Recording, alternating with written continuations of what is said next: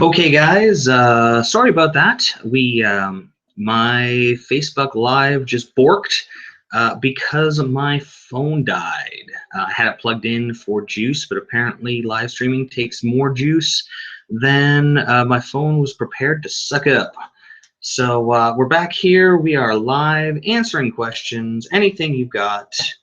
I think where I left off was with Bull U, talking about the yo-yo release.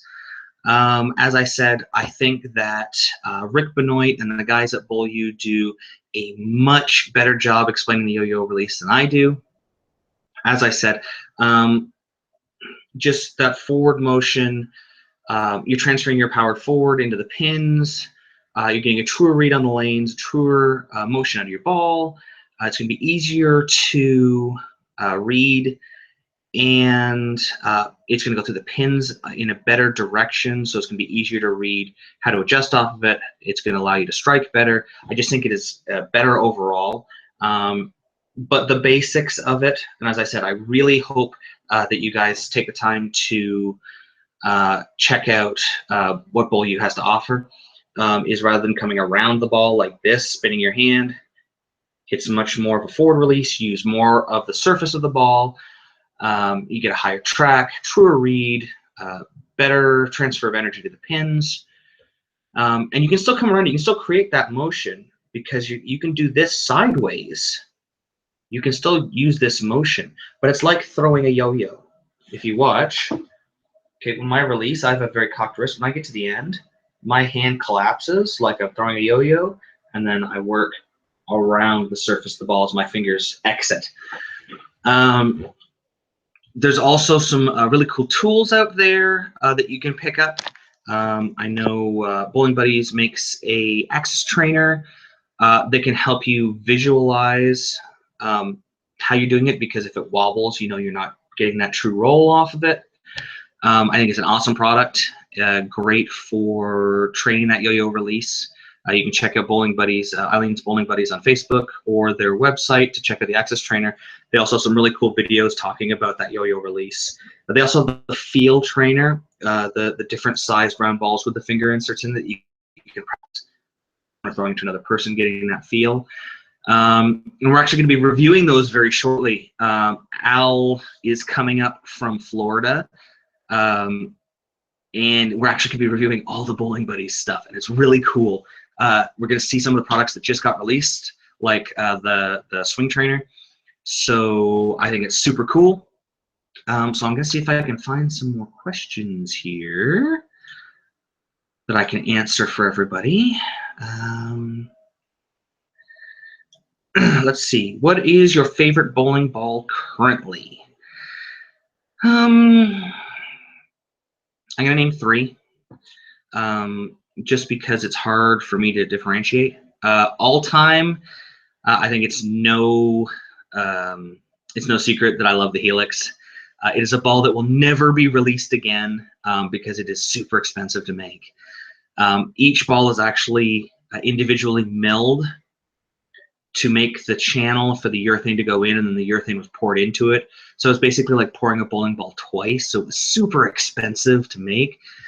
It is the original hybrid. I thought it was awesome. Number 2 on my list is the Melee Hook. It is a very continuous ball for me. But as I said, I put a motion hole in it to try to make it a little more angular. It still drives to the pins like nothing else I've ever thrown. It's also, for surface-wise, one of the most versatile balls that I've ever thrown. I find that I can change the surface on it very easily, and it does exactly what I want. It's a ball that I have no problem changing my hand position, my tilt, my rotation on it, and playing different parts of the lane. I feel like it reminds me a lot of the old Versamax. It's just something that you can play anywhere on the lane. And number 3, my current new favorite, probably the new Rhino. That light bulb weight block, we've seen it a lot in the old days. We saw it with the Teal Rhino Pro. We saw it in the Avalanche line. Those low differential cores, especially for myself being a high rev player, being able to go to a ball that's not going to overread the lanes, especially when they get really spotty, especially when they're flying down lane. It gives me a look generally that I can read very easily, and I don't have to adjust a lot off of. I can just go to it and score really easy.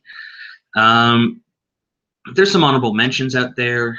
I love the new Ultimate Nirvana. I think it's a spectacular ball. I've got a couple of them. I've got one drilled to read mid lane. I've got one drilled pin up.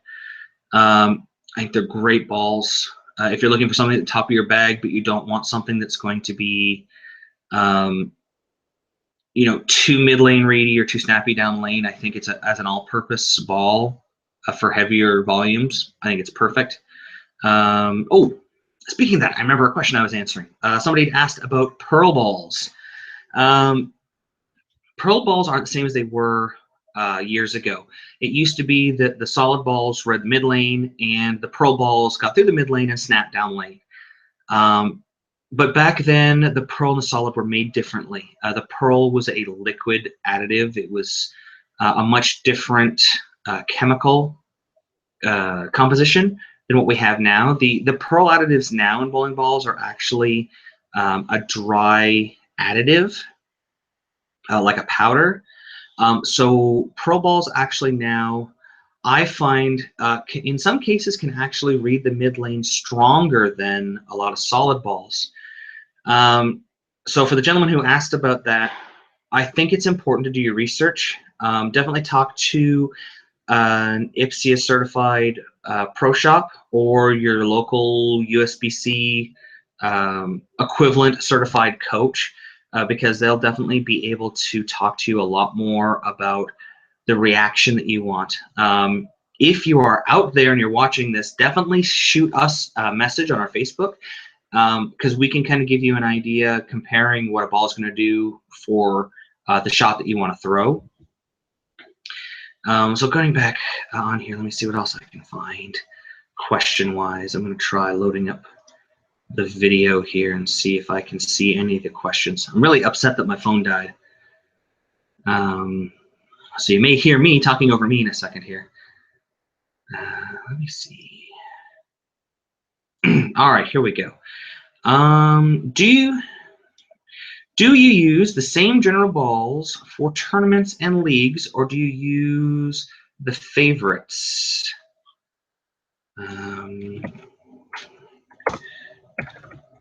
Join me on Google. Sending you guys a message letting you know that my phone died.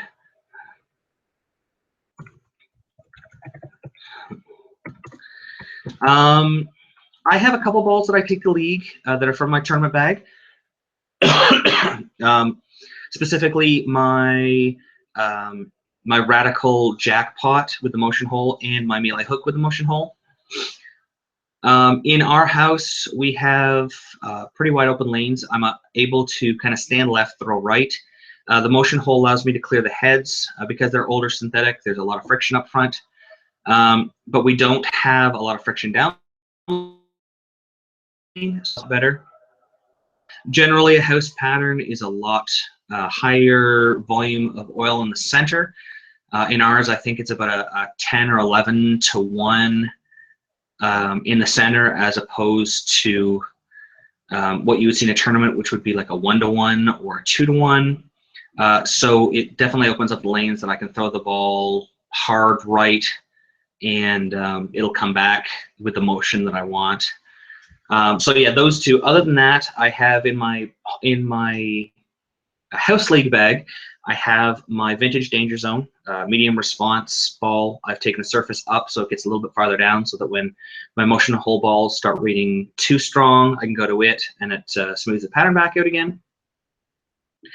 I also have a low flare Thug Life with a lot of surface on it. Because our house was built inside a shopping mall, we have our entrance, the lanes are near the entrance, get a lot drier, a lot faster. So I use a lot of surface to kind of blend the pattern out, get it to use up a little bit of energy in the front so that I can control the hook down lane. And then my wine rhino, my spare ball, I take with me there. That's pretty much it. On a house pattern, it's pretty easy to stand left or right. I think last Wednesday I shot 9-11. I used my jackpot the whole night. It was pretty easy. 9-11 for 4. So yeah, that's what I bring for my tournament, for my leagues, as opposed to my tournament bag. Marlo asked, Nirvana or Ultimate Nirvana for a high track, low tilt player. Excuse me, I'm gonna grab some water here.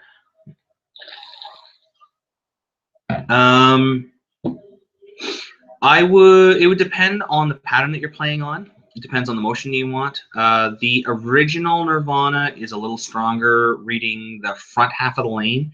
So if you're looking, you got to look at your distance, how far you want the ball to go before it reacts, and then how fast you want to react in the back end. I find the Ultimate Nirvana, they say it's within a couple of boards total reaction. I find the Ultimate Nirvana a lot stronger down lane. I find the original Nirvana stronger in the front part of the lane. So depending on where you want your motion, that's what I would choose. I don't think you can really go wrong with either of them, as long as you're matching up to the shot you want to throw. Let me see here. Anthony, no, thank you for watching.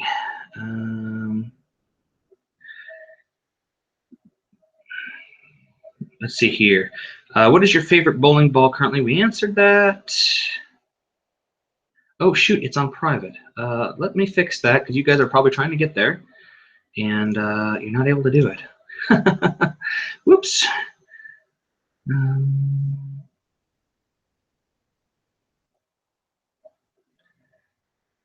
Let me see here. Invite people. Copy. Close. Let's see here. Control V. Inviting people. No wonder I didn't see anybody. Oops, sorry about that, guys. You can keep posting questions. Let me see here. What else can I find?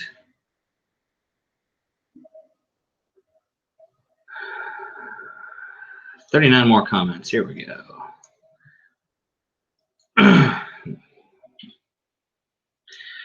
Well, pros and cons of a 4-step versus 5-step delivery. Do you gain any ball speed by utilizing your 5-step? I go 4-step versus 5-step based on your personal timing as a coach. I have personally a very long swing, so I go with 5 steps to make sure that the ball is at my ankle as I stop sliding in my last step.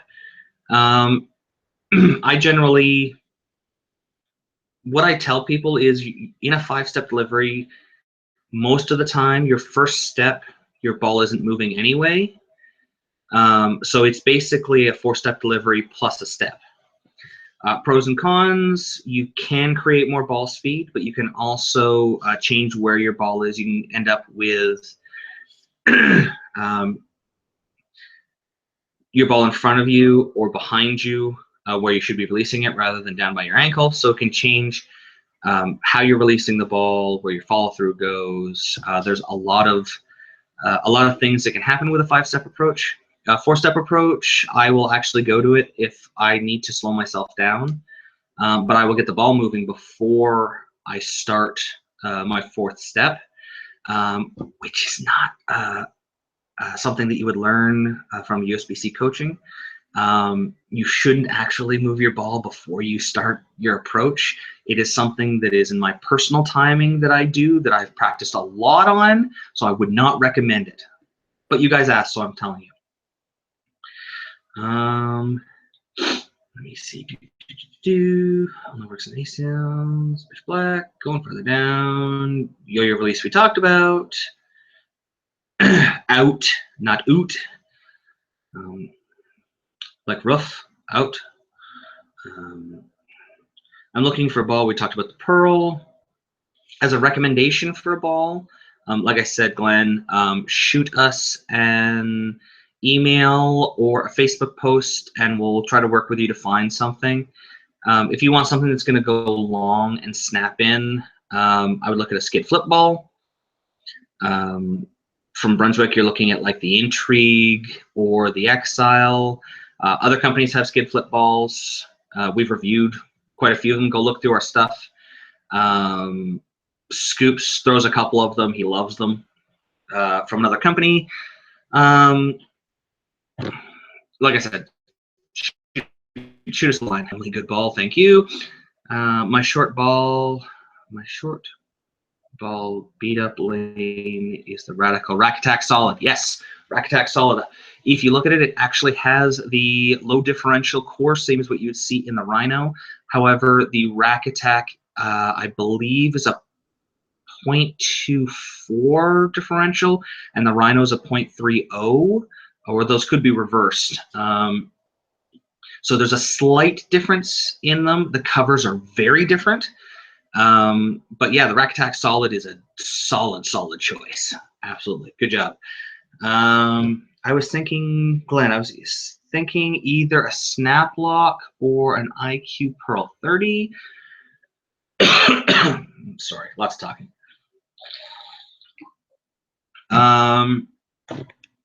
With those two suggestions, I would probably steer you towards the first one rather than the second one, being that the first one is designed as an angular ball. And you can see that from just reading the manufacturer's information or looking at the actual people throwing the ball. So I would probably steer you towards the first one rather than the second one. 1 second here, guys. That's going out. That's going in. Plugging my laptop in so we don't lose that as well. All right, low volume, bring pads. Don't forget alcoholic beverages. Actually, little known fact about the bearded beast, he doesn't drink. He is a dry gentleman. And it's a personal choice. I don't begrudge anybody who does it themselves. I just do not personally drink. Let's see. Tournament prep. I think I've answered the questions that I see here. Just going to go back a little bit farther.